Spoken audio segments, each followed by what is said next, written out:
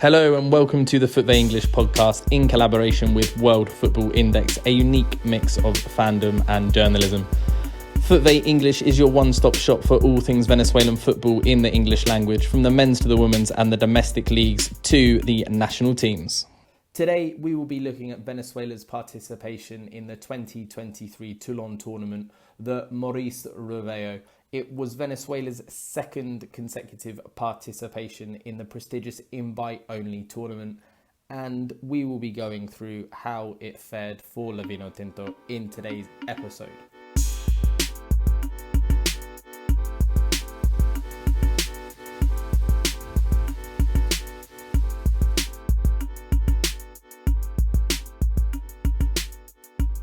...2023 has already been a year full of youth national team football for Venezuela, meaningful competition as well, with the under-20 and under-17 South American Championships having already taken place. Venezuela have qualified for the under-17 World Cup that will take place later this year, having reached the final stage and qualified. And at under-20 level, Venezuela also reached the final stage of the South American Championships, but fell short of qualifying for the under-20 World Cup, which has coincidentally just finished with Uruguay beating Italy in the final. Well, for Venezuela and the Toulon Tournament, the team that was taken by Ricardo Valino was a good squad, a mix of under-17 and under-20 national team players, and a few older heads who played last year, plus Liga FUTVE top scorer Loifer Hernandez with 8 goals at the midway point in the Liga FUTVE season. He's 22, smashing them in for Academia Puerto Cabello.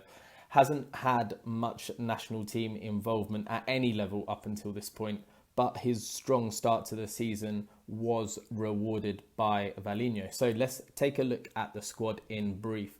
Fran Carlos Benitez of Caracas and Charles DeMarco were the goalkeepers for the tournament. Charles DeMarco was called up from the US with his possible inclusion in the Under-17 World Cup later this year, a reason for his selection. In defence, there was Luis Cassiani of Caracas, Jandro Rapp of PSV in Holland, having formerly been capped at youth national team level for the Netherlands, Andres Ferro of Metropolitanos, Rafael Uzcategui of Mineros, Jesus Paz of Real Zuliano, Stephen Pabon of Metropolitanos, John Aramburu of Real Union Club Spain, Carlos Vivas of Deportivo Táchira, and Luis Balbo of Famalicão in Portugal, another player already capped at youth national team level for another country, in this case Portugal, and again with an eye on his possible participation in the Under-17 World Cup later this year.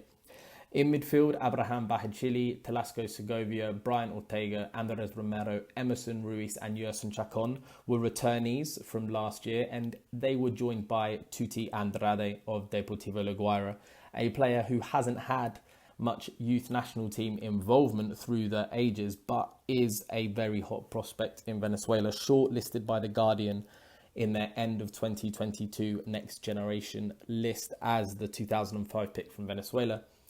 And up front, Daniel Perez, Heriel De Santis, Saul Guarirapa, all 2022 veterans, were joined by Santiago Rodriguez of Caracas, Loifer Hernandez, as previously mentioned, of Puerto Cabello, and Brian Alcocer of Mineros. His move to Boston River of Uruguay already pending following 5 goals at the Under-20 South American Championship earlier this year.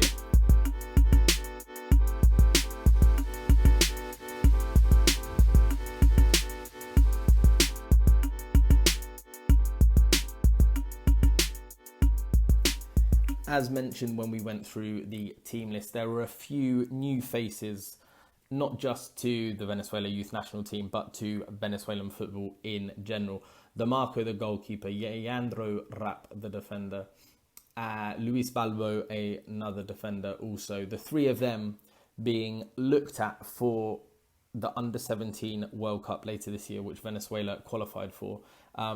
Neither of those three were involved in the South American Championship to qualify for the World Cup, but were taken to Toulon to be observed with a possible look at a call-up. And A fourth being Juan Arango Jr., who initially was called up to the pre-tournament module alongside 2 or 3 other under-17 players, but did not make the cut initially for the Toulon Tournament. He was a late addition after Telasco Segovia eventually dropped out of the tournament. He made his first team debut for Sampdoria the day before the tournament began and was left out of the first match day, but in the end completely dropped out to be replaced by Juan Arango Jr. Now, interestingly, none of those under-17 youth national team players saw minutes at the Toulon Tournament. In fact, 7 players didn't see any minutes at the Toulon Tournament at all, alongside the previously mentioned under-17 national team players. Luis Cassiani, the second choice right back, also did not receive any minutes, and neither did Rafael Uzcategui, who played very well for Venezuela's under-20s at the South American Championship earlier this year. He is at sinking ship Mineros, who are hemorrhaging players left, right and centre. They are in a financial dire straits, with many players without pay for around 3 months. Uzcategui's departure from Mineros is probably imminent. He supposedly has 4 options on the table, with the best option coming this side of the water, not in Europe. But let's see how and if anything materialises before the end of the summer transfer windows. If not, he is out of contract at the end of the season and will almost certainly be leaving Venezuelan football. Mineros look very much now the favourites for relegation from the 15-team Liga FUTVE.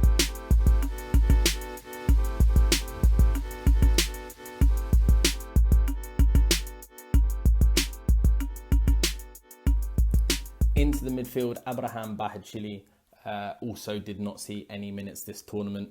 He was a flittering presence in the tournament last year. It was a difficult 2022 for Bahachili after a very successful couple of seasons with Metropolitanos. He was hoping to move outside of Venezuelan football, but complications actually saw him go an entire 12 months at club level without a club. The Toulon Tournament was actually the highlight of what was a pretty disappointing year for him. The kind of off-field matters that can hamper a young player's career were in full swing last year for him, unfortunately. And he was the only player outside of the defence that failed to see minutes in the Toulon Tournament this year. So, moving on, last year, Venezuela reached the final of the tournament, losing 2-1 to host France, or de facto host France, after taking the lead in the final, but also later having a man sent off. Strong tournaments from John Aramburu, right back, and Telasco Segovia in the midfield saw them become 2 of 10 players from the tournament who were at the time playing their club football outside of Europe, and subsequently earned moves to Europe. John Aramburu moving to Real Union Club in the Tercera of Spain, where he's just finished a very impressive debut season, and Telasco Segovia to Serie A Sampdoria. Unfortunately, his first season at Sampdoria has ended in relegation for the club, his first team debut coming on the final day of the season. But it was a positive for Venezuela to finally compete in the Toulon Tournament. It was their debut in the competition, and for it to be followed up for a second consecutive participation this year was a very welcome bit of news for all involved in Venezuelan football. This year, Venezuela were drawn alongside France, as well as Costa Rica and Saudi Arabia, in a format that only automatically qualifies first place for a place in the semi-final. The 4th semi-final spot goes to the best place second place team out of the 3 groups. And the format of the tournament dictates that any draws are followed by a penalty shootout used to allocate an additional point in the group stage. And as we will get into, this was one of Venezuela's 3 main downfalls this year, where their tournament debut success of 2022 was unfortunately not replicated in 2023.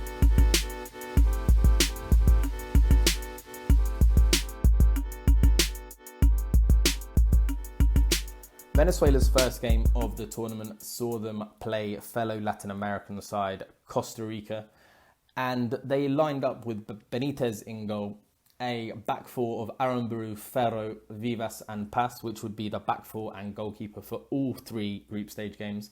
A midfield duo of Ortega and Romero in the middle, flanked by Santi Rodriguez and Tuti Andrade, and up front Saul Guararapa and Dani Perez. To begin with, the glaring omission from the starting 11 in the first game was not necessarily any particular player, but rather a position. A defensive-minded midfielder, a number 6, if you like, was certainly absent from the starting 11. Whether that could have been Emerson Ruiz of Mineros or Abraham Bahachili of Deportivo Miranda is down to personal preference, and I think there would not have been much between the two, but the absence of one altogether was a concern and proved to be a problem for Venezuela, not just in Game 1, but in Game 2, when it was not remedied ahead of the game with Saudi Arabia. But the first half had promise. It finished 0-0 at half-time, but Venezuela had plenty of chances, and they actually finished round 1 of matches with the most shots of any team in the 12-team tournament, with 20. Tuti Andrade was particularly a handful down the left. Costa Rica was struggling to mark him, with one often using 2 or 3 players to silence him. So it's quite surprising when it was he, as opposed to Santi Rodriguez, who I think was off the wavelength, was replaced at half-time. Tuti Andrade came off. If I remember rightly, Yerson Chacon came on. But Venezuela in the second half continued with their attacking play and continued to rack up plenty of shots. Unfortunately, it was Costa Rica who scored first when Jesus Paz committed an error in the box and Costa Rica converted the subsequent penalty. But they were only down, Venezuela were only down for a matter of minutes when shortly after Brian Ortega's corner kick saw Loifer Hernandez, a second half sub, completely unmarked, and he finished coolly for his 10th goal of the season in all competitions, adding to his 8 in Liga FUTVE and his 1 in Copa Sudamericana, which came against Caracas in the qualifiers. The game would finish 1-1 and Brian Ortega would receive the Man of the Match award in what was probably the main positive of the first game. It left the second game against Saudi Arabia looking like a must-win early on, given the format of the tournament. But elsewhere across the first game of the tournament for Venezuela, the main issue was a lack of clinicalness. Like I said, Venezuela racked up 20 shots in that first game, but only walked away with 1 goal. And also, I think the coaching staff let us down with the changes. I think it was wrong to take off Tuti Andrade. He was proving a real handful, whereas on the opposite flank, Santi Rodriguez, I really feel was not on the same page as many of his teammates. I think his decision-making was quite poor, but he stayed in the starting 11 for the next game, whereas Tuti would not start again in the tournament. In defence, John Aramburu was, as always, very solid, very reliable, but perhaps more impressively, Pipo Vivas, who up until 4 match days ago in Liga FUTVE had not played this season, he really shone.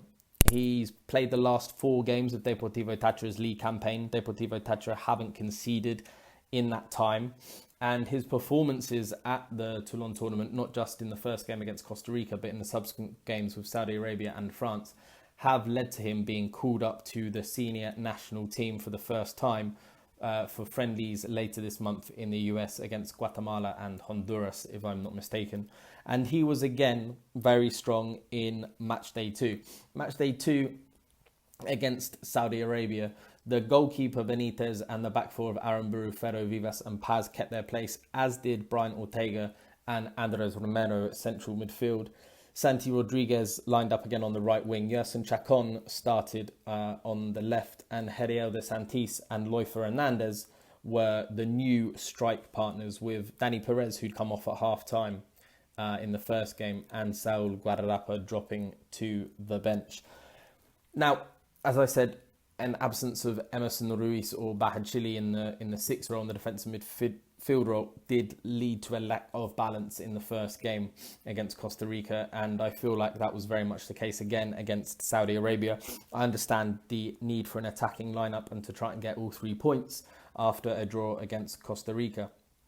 But Saudi Arabia had actually won their first game of the competition on penalties against France.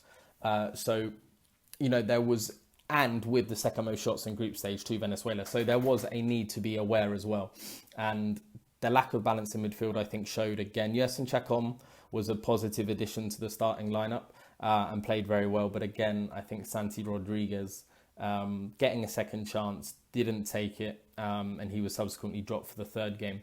But I think that second chance, it was, for me, the wrong decision for it to go to Santi over Tuti Andrade. The game itself finished 0-0. It was a very tough performance to watch as a spectator, very frustrating.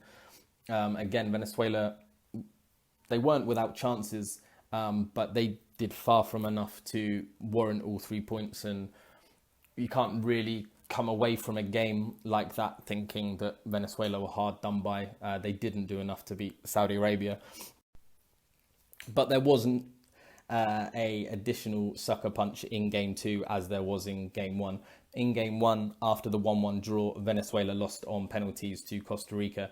But in Game 2 against Saudi Arabia, Venezuela picked up the additional point, converting 3 of their penalties, whilst Saudi Arabia missed 3 of theirs, including a quite comical Panenka from Saudi Arabia.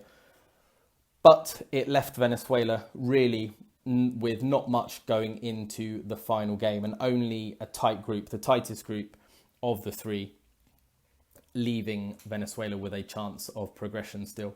Game 3 saw Venezuela against France, a rematch of the Toulon Tournament final from 2022, and a back 4 unchanged and goalkeeper went into the final game. This time, however, Venezuela lined up with a 6, Emerson Ruiz getting the nod over Bahachili, with Ortega and Romero staying in the starting 11. Yersin Chacon was once again in the starting 11, but it was another change of the 2 other attackers, Heriel de Santis and Loy Fernandez dropping out, Danny Perez coming back into the starting lineup from matchday 1, and Brian Alcocer getting his first and only start of the tournament. It started very well for Venezuela. Pipo Vivas at the back was again in peril. He really did have a fantastic tournament and has rightly got attention and plaudits from it. But it was the other end of the pitch that saw Venezuela promise from early on. Yersin Chacon came down the left and his cross shot found Andres Romero at the back post unmarked for a very easy tap-in. Venezuela failed to capitalise on their early lead. However, they did defend it admirably right up until the final 5 minutes when they were still leading 1-0. At this point, Venezuela had only conceded 1 goal in the first 2 games plus 85 minutes of the third. It had come from the penalty spot. Venezuela were yet to concede from open play. But in near 3 full 90 minutes of football, they'd only scored twice. One, a converted corner kick from Loy Fernandez, and the Romero tap-in at the beginning of this game against France. And in around the 85th minute, Venezuela were made to pay for their lack of clinicalness throughout the tournament when France equalised to take it to 1-1. It was Venezuela's only conceded goal from open play in the tournament. And at that point, Venezuela were top of the group and had 1 foot in the semi-finals. Instead, they drew 1-1, and regardless of the penalty shootout outcome, it was going to then prove difficult for Venezuela to qualify for the semi-finals. But there would have been a ray of hope with a victory in the shootouts, but nevertheless, they lost 3-2 to a confident host nation. And that left Venezuela third in the group with no chance of qualifying for the semi-finals, and only their ranking game left to play.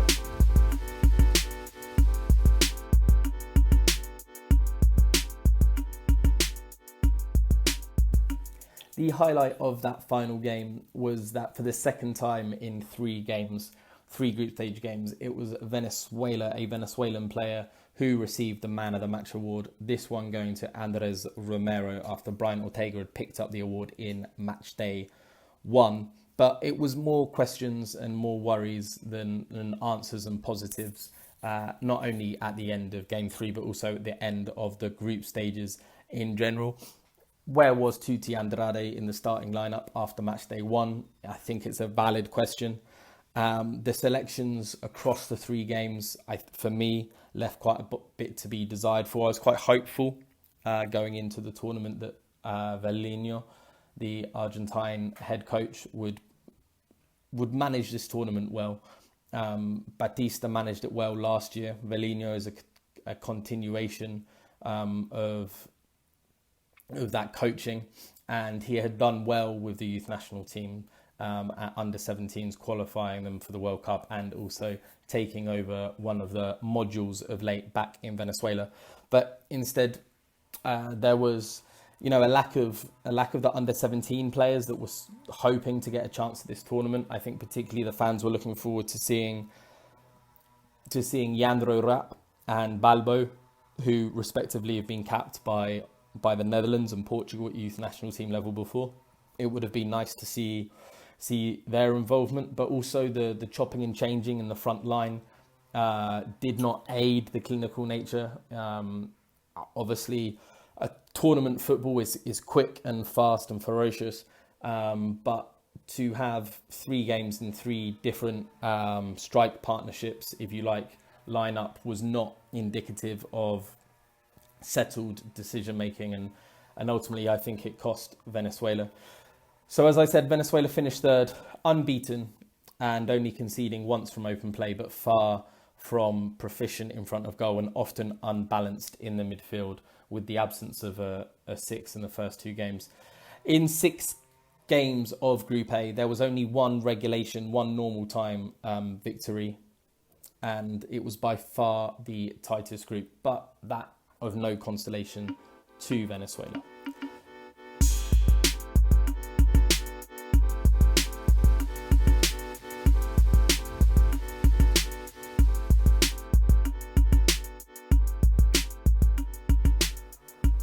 Liga FUTVE returns at the end of the next week for the second half of the season.